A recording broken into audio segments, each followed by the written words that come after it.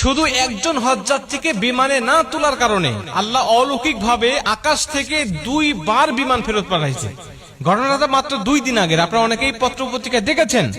লিবিয়ার একজন মুসলিম যুবক, তিনি এই চলতি বছরে হজ করার জন্য সৌদির উদ্দেশ্যে রওনা হয়েছিলেন।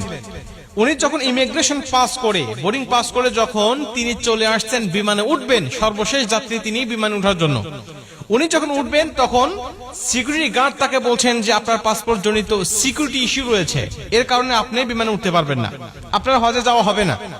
উনি বলছেন যে আমাকে যখন বাধা দিল আমার মধ্যে কোনো হতাশা কাজ করতেছিল না, কারণ আমার মধ্যে প্রবল ইচ্ছা আর আগ্রহ ছিল যে আল্লাহ অবশ্যই আমাকে মক্কায় নিয়ে যাবে, আমাকে হজ করার জন্য নিয়ে যাবে। সিকিউরিটি গার্ডের আমাকে সান্ত্বনা দিতে লাগলেন, দেখেন যে আপনার সমস্যার কারণে আপনি যেতে পারবেন না, আল্লাহ বাঁচায় রাখলে আপনি আপনার সামনেবার যাবেন। তো উনি বলছেন দেখেন আমি হজ করার জন্য নিয়ত করেছি এবং বাসা থেকে বের হয়ে আসছি, নিয়ত করার দায়িত্ব আমার আর নিয়ে যাওয়ার দায়িত্ব আল্লাহ পাকের, অতএব আমি যেহেতু এখান পর্যন্ত চলে আসছি, আপনারা বিশ্বাস করেন এই বিমান যাবে না, আমাকে না নিয়ে এই বিমান যাবে না। উনি কথাটা বলতে বলতে বিমান স্টার্ট হয়ে গেছে, দরজা বন্ধ করে দিয়ে চলে গেছে। আকাশে যখন উড়ে চলে গেছে হঠাৎ বিমানের মধ্যে সমস্যা, যান্ত্রিক ত্রুটি, তখন বিমান আবার ব্যাক করছে।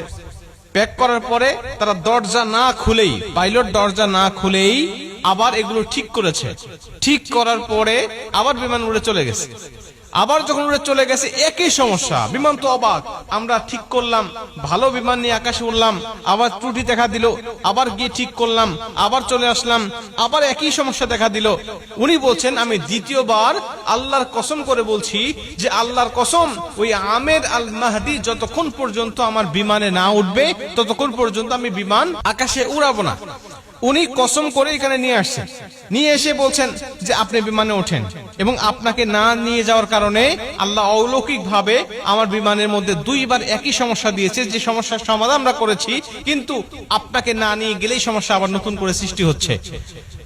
আমের আল মাহদি বলছে দেখেন আল্লাহ পাকের কাছে আমি নিয়ত করেছি, আমি হালাল টাকা দিয়ে আমি হজ করার জন্য নিয়ত করেছি, আমার পাসপোর্ট জনিত ইস্যু যেটা আপনার সমস্যার কথা বলছেন এটা আসলে সমস্যা নয়, তারপরে যদি আপনার সমস্যা ধরেছেন, আপনারা আমাকে না নিয়ে গেলে বিমান যাবে না, বা আমাকে না নিয়ে আপনারা যাবেন না, এই বিশ্বাস আমার মধ্যে আছে, এজন্য আমি কথাটা বলেছি।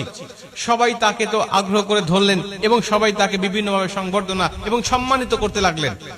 এখান থেকে পরিষ্কার ভাবে বক্তব্য বোঝা যায় যে আল্লাহ পাকের কাছে যখন কোনো ব্যক্তি খাঁটি দিলে নিয়ত করে, আল্লাহ পাক তখন সেই নিয়তটা পূর্ণ করে, এটা আল্লাহ পাকের দায়িত্ব। বান্দার চেষ্টা যখন শেষ, আল্লাহ পাকের সাহায্য তখন থেকে তার শুরু হয়ে যায়।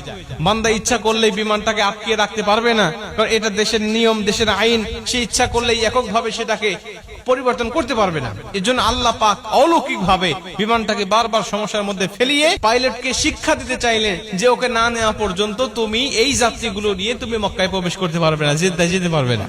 প্রিয় ভাইরা আমার, বান্দার চেষ্টা থাকতে হবে, আগ্রহ থাকতে হবে। আল্লাহ পাক দেখেন বান্দার ভিতর তামান্না নিয়তটা কি আছে। আল্লাহ পাক দেখেছে বান্দা নিয়ত খাঁটি, সহি, হালাল টাকা দিয়ে সে হজ করতে যাচ্ছে, কেন সে যেতে পারবে না? আমি আল্লাহ তাকে নিয়ে যাব। ইউসুফ আলাইহিস সালামকে যখন ঘরের মধ্যে জুলাইখা বন্দী করে ফেলেছিলেন, ইউসুফ আলাইহিস সালাম দেখলেন আমার শক্তি এখানে আর নাই, আমার শক্তি কতটুকু, ওই দরজা পর্যন্ত আমি যেতে পারবো, দরজা পর্যন্ত আমি হেঁটে হেঁটে যেতে পারবো বা দৌড়ায় যেতে পারবো, কিন্তু দরজা খোলার শক্তি আমার নাই, কারণ চাবি আমার হাতে নাই।